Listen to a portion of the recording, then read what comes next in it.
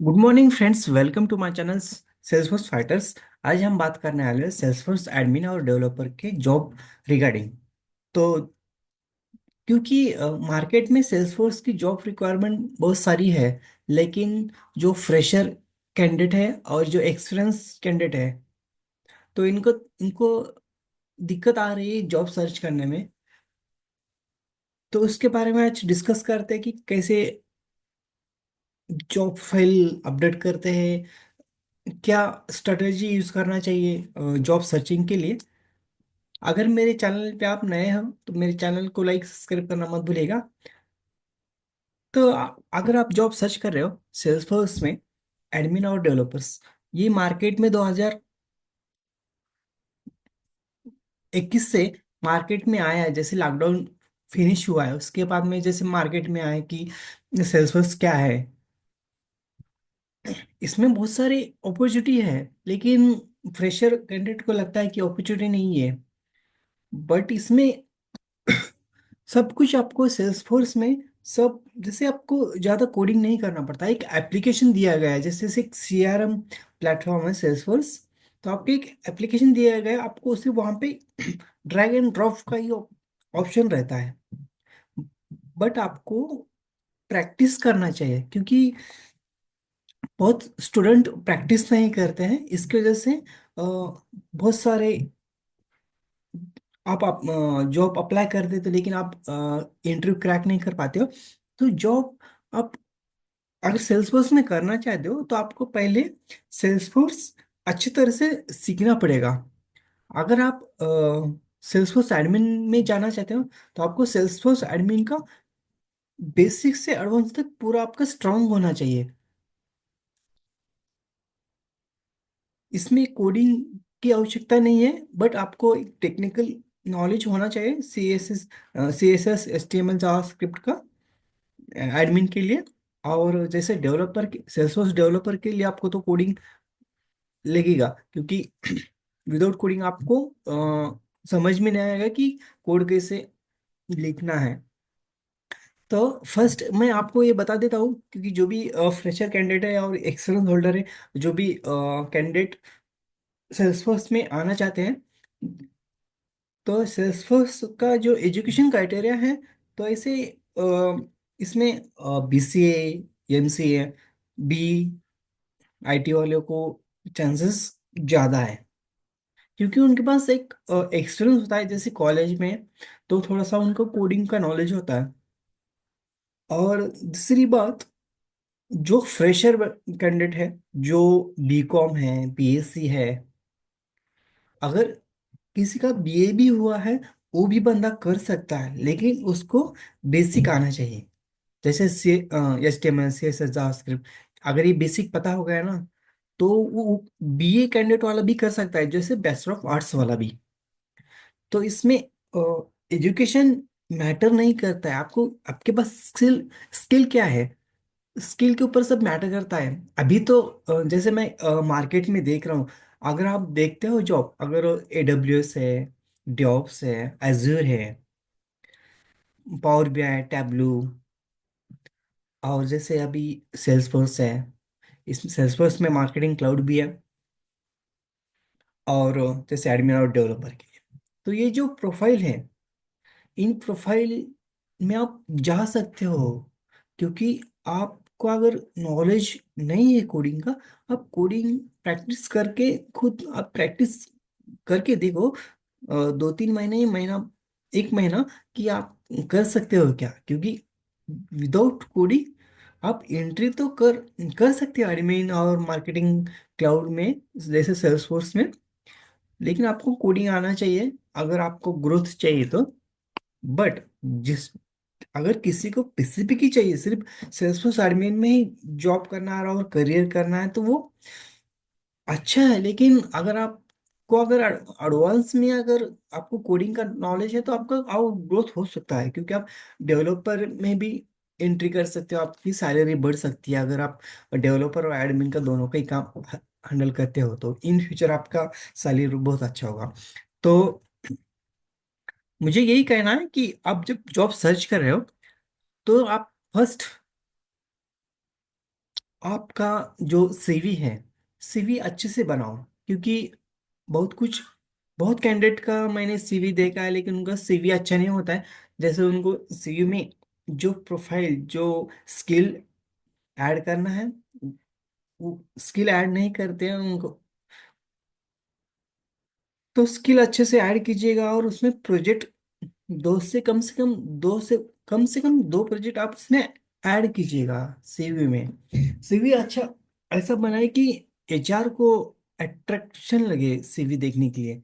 ऐसा भी कुछ उसमें खिचड़ी मत बनाओ, आपने क्या किया है क्या नहीं, ये एचआर को समझ में आना चाहिए।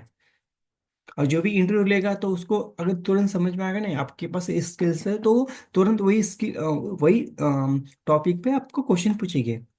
नहीं तो फिर उनको भी समझ में नहीं आएगा इसके पास क्या क्या नॉलेज है, क्या सब एक खट्टा अगर खिचड़ी करते हो। इसलिए सबसे पहले आप अपना सीवी अच्छे से बनाए, और उसमें कम से कम दो प्रोजेक्ट ऐड कीजिएगा। और अगर आप सर्टिफिकेशन करते हो एडमिन और डेवलपर के लिए, ये प्लस पॉइंट है। बट अगर आपके पास नहीं है, अगर तो भी चलेगा, लेकिन आपके पास वो नॉलेज होना चाहिए उतना। अभी कैसे मार्केट में नॉलेज पर डिपेंड है। आपके पास सर्टिफिकेट नहीं है तो चलेगा, 2-3 साल का एक्सपीरियंस है, सर्टिफिकेट नहीं तो भी चलेगा, लेकिन आपके पास नॉलेज है तो आप इंटर करा कर सकते हो आराम से। अगर आपके पास सर्टिफिकेट है और नॉलेज भी नहीं है, तो फिर सर्टिफिकेट का क्या फायदा, आपको जॉब नहीं मिल रहा है। तो इसके साथ आपको सर्टिफिकेट लिया है आपने, तो आप अच्छे से प्रैक्टिस कीजिए। आपके पास सर्टिफिकेट होने की वजह से आपको एक प्लस पॉइंट है। तो आप अगर अच्छे से प्रैक्टिस करोगे इंटरव्यू का, तो आपका इंटरव्यू क्रैक आसानी से हो जाएगा।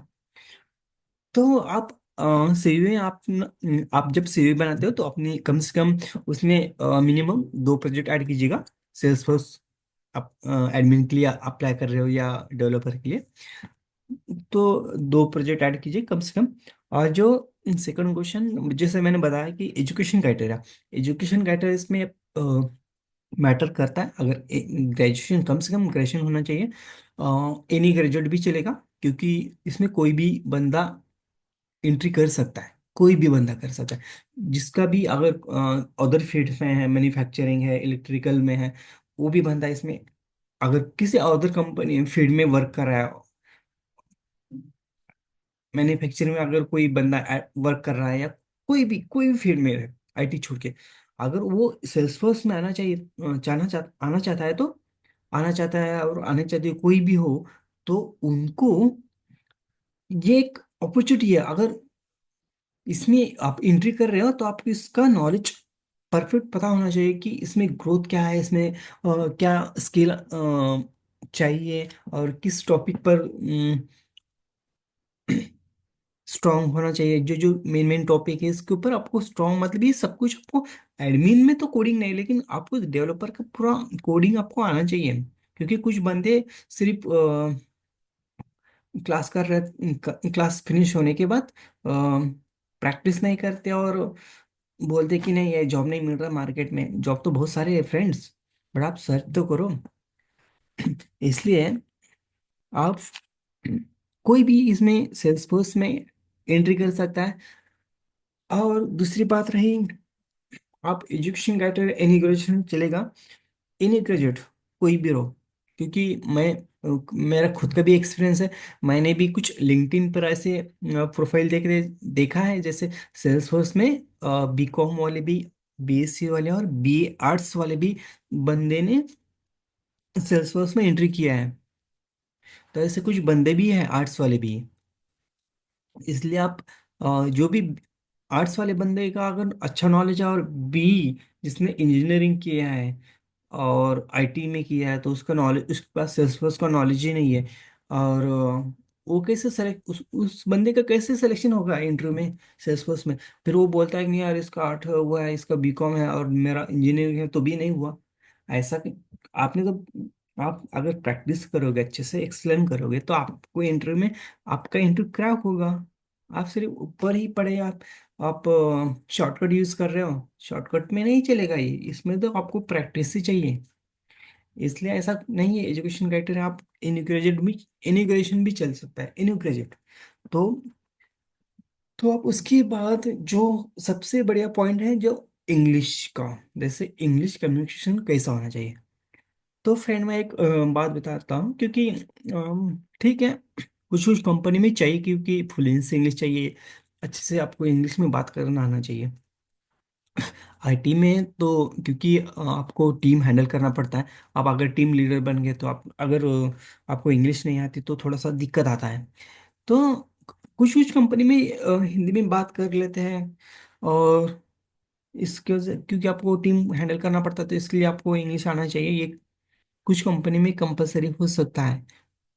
अगर आपको इंग्लिश नहीं आती तो आप आपका जॉब जाने का एक डर होता है, क्योंकि नहीं भाई आप इंग्लिश तो नहीं आ रहे, तो टीम हैंडल नहीं कर पा रहे, काम तो आता है लेकिन टीम हैंडल नहीं कर पा रहा हूँ, तो ये एक दिक्कत रहती है। लेकिन कुछ कुछ कंपनी में कुछ जो सीनियर होते हैं, तो जो भी इंग्लिश का जो कम्युनिकेशन होता है तो वो हैंडल कर लेते हैं। और दूसरी बात, आप अगर आपका इंग्लिश कम्युनिकेशन वीक है, आपको इंग्लिश समझ में आती है, आप एक्सप्लेन भी कर सकते हो जो भी प्रोजेक्ट पे काम किया है, जो भी वर्क कर रहे हो, बट आप क्लाइंट से बात नहीं कर पा रहे हो, तो आप कोई दिक्कत नहीं है, क्योंकि आप जो भी वर्क किया है उतना ही एक्सप्लेन कीजिएगा। और ज़्यादा सोचो मत कि नहीं मुझे इंग्लिश नहीं आती है, ये नहीं आते, मेरा कम्युनिकेशन अच्छा नहीं है। तो ऐसे बहुत सारे स्टूडेंट भी है कि उनका इंग्लिश अच्छा नहीं है लेकिन उनका टेक्निकल नॉलेज अच्छा है, तो ऐसे बंदों को भी अच्छे से पैकेज 5-10 लाख का पैकेज मिला है। इंग्लिश पे आप फोकस मत करो, आप फोकस करो अपने प्रैक्टिकल नॉलेज पे, और थोड़ा सा स्किल ग्रोथ करो, मतलब जो कम्युनिकेशन है उसके ऊपर भी आप ग्रोथ कर सकते हो। लेकिन अगर आप वही सोचते रहोगे कि नहीं मुझे मेरा इंग्लिश वीक है, मेरा कम्युनिकेशन अच्छा नहीं है, तो मेरा सिलेक्शन कैसे होगा।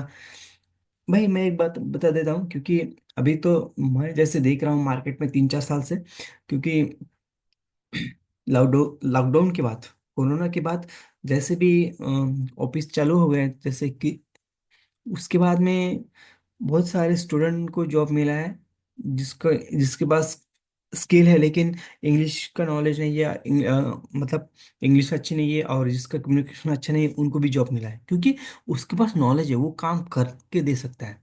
लेकिन अगर आपको इंग्लिश आ रही है और आपके पास नॉलेज नहीं है, तो आपको कौन है, कोई भी हायर नहीं करेगा आपको, क्योंकि आपके पास टेक्निकल नॉलेज ही नहीं है। तो आप वहाँ पे बैठ के क्या करोगे, कंपनी में क्या करोगे भाई आप, अगर आपके पास स्किल नहीं है तो। इसलिए मैं बोल रहा हूँ आप इंग्लिश का टेंशन छोड़ दो। जैसे आप एंट्री कर दोगे धीरे धीरे, आप ये आपका इंग्लिश कम्युनिकेशन स्किल्स ग्रो हो जाएगा। जैसे आप एंट्री करते हो ना कंपनी में, तो ऐसे धीरे धीरे आपके वो जो डर होता है ना वो धीरे धीरे कम होता है। अगर आप उस डर में रहोगे ना, नहीं मेरा इंग्लिश अच्छा नहीं है, मैं कम्युनिकेशन अच्छा नहीं है, मैं नहीं कर पा रहा हूँ, तो ये डर निकाल दो अपने दिमाग से, और अपने टेक्निकल जो भी स्किल है उसके ऊपर फोकस करो, और अच्छे से प्रोजेक्ट के ऊपर काम करो कि क्या समझ में आ रहा है, जो भी समझ में आ, जो भी सीनियर है, अगर कोई कलीग है आपका, तो उनसे पूछो कि कैसे प्रोजेक्ट रन करते हैं, कैसे प्रोजेक्ट को इम्प्लीमेशन करना चाहिए, कैसे क्वेश्चन पूछे जाते हैं सेल्सफोर्स एडमिन और डेवलपर में। तो ये आप कोई भी अगर आपका सीनियर फ्रेंड है तो उनसे बात करके देखो। तो अगर आप सेल्सफोर्स एडमिन में आप जॉब के लिए अप्लाई किया है, तो आप जो भी अप्लाई किया है जिस प्रोफाइल के लिए, तो उस कंपनी का आप डिटेल्स देखो, उस कंपनी की उस कंपनी किस लोकेशन पे है, कितनी एम्प्लॉय है, कंपनी का कल्चर कैसा है, और उस कंपनी के कितने ब्रांचेस है, कितने ऑफिस है, तो वो ये सब आप डिटेल्स निकालो। सीईओ कौन है, तो थोड़ा सा आपको इसका बेसिक पता होना चाहिए। और दूसरी बात जो कि आप इंटरव्यू के लिए तो अप्लाई कर देते हो, तो लेकिन अप्लाई करने के बाद जब इंटरव्यू शेड्यूल होता है आपका सेल्सफोर्स एडमिन या डेवलपर का कुछ भी, तो आपका आपको अगर एचआर या जो भी इंटरव्यूअर है जो भी क्वेश्चन पूछता है, अगर बेसिक कुछ क्वेश्चन पूछते हैं, तो आप इंटरव्यू के क्वेश्चन जो भी क्वेश्चन के आंसर नहीं दे पाते हैं, क्योंकि अगर आपको सिंपल क्वेश्चन पूछे जाते हैं, जैसे कि what is the formula fields, what is the data loaders, what are the Salesforce standard fields, अगर आपको ये बेसिक क्वेश्चन के आंसर नहीं पता है तो फिर आप एंट्री कैसे करोगे सेल्सफोर्स में?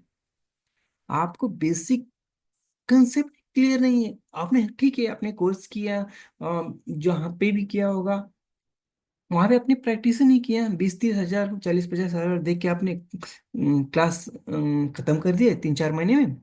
उसके बाद में आपने किया ही नहीं कंटिन्यू, मतलब प्रैक्टिस नहीं किया। और इंटरव्यू के लिए अप्लाई कर रहे हो भाई, और बोलते हो मार्केट में फ्रेंड से, अरे यार मुझे जॉब तो नहीं मिल रहा, जॉब ही नहीं है, ये इशू है वो इशू। अरे आप खुद इशू बना रहे हो, क्योंकि आप प्रैक्टिस नहीं कर रहे हो खुद। दूसरे को ऊपर ब्लेम कर रहे हो, अरे नहीं ऐसा नहीं, ऐसा है मार्केट में अभी सेल्स, अभी आईटी का ऐसा चल रहा है, लॉकडाउन है तो कोरोना हुआ था, उसके बाद में जॉब नहीं है। अरे ये सब बातें फेक है। आप खुद प्रैक्टिस नहीं कर रहे हो, आप ये किसी को नहीं बता रहे हो, क्योंकि आपको खुद को पता है कि आपको क्या आता है और क्या नहीं आता है। जब तक आप खुद स्किल के ऊपर काम नहीं करोगे ना, तो जब तक आपको जॉब नहीं मिलेगा। तो मैं मेरा भी एक्सपीरियंस बता देता हूँ। मेरा भी इंग्लिश कम्युनिकेशन स्किल अच्छा नहीं है, तो भी मुझे जॉब मिला, क्योंकि मैंने भी 15-20 इंटरव्यू देने के बाद मुझे जॉब मिला है। तो इसकी वजह से आप अच्छे से प्रैक्टिस कीजिएगा, और अच्छे से प्रैक्टिस करने के बाद, प्रोजेक्ट करने के बाद आप इंटरव्यू के लिए अप्लाई करो। और इस सीवी में आप 2 प्रोजेक्ट कम से कम मिनिमम ऐड करना। और जैसे अप्लाई कहाँ करोगे, तो मैं पहले बता देता हूँ। जैसे आप लिंक्डइन प्रोफाइल है, आप लिंक्डइन प्रोफाइल पे आपका प्रोफाइल अपडेट करो, वहाँ पे सीवी भी अपलोड करो, आपकी कॉन्टैक्ट नंबर ऐड करो, और प्रोफाइल अच्छा बनाओ लिंक्डइन के ऊपर, और कनेक्शन बढ़ाओ। जितना कनेक्शन बढ़ाओगे उतना आपको एचआर के कॉन्टैक्ट नंबर मिलेंगे, आपको कलीग के रेफरेंस भी मिल सकता है। जितने कनेक्शन बढ़ाओगे उतना आपका बेनिफिट रहेगा। और वहाँ पे अप्लाई भी करो, डेली अपडेट करते रहो प्रोफाइल में, और डेली लिंक्डइन के लिए टाइम दो, वहाँ पे देखो, सर्च करके देखो कि क्या कहाँ पे रिक्वायरमेंट है, किस कंपनी में है। तो इसके ऊपर ध्यान दो। और सेकंड क्वेश्चन जो मेरा, नौकरी की में, अगर नौकरी आप, नौकरी में अगर आप नौकरी में आप अपना प्रोफाइल अपडेट करो, अपडेट करने के बाद कॉन्टैक्ट ऐड करो, प्रोजेक्ट भी ऐड करो, और सीवी अपलोड करो, और डेली अपडेट करते जाओ। अगर आप डेली अपडेट करोगे ना, आपका टॉप पर रैंक रहेगा। तो इस, थैंक यू फ्रेंड्स।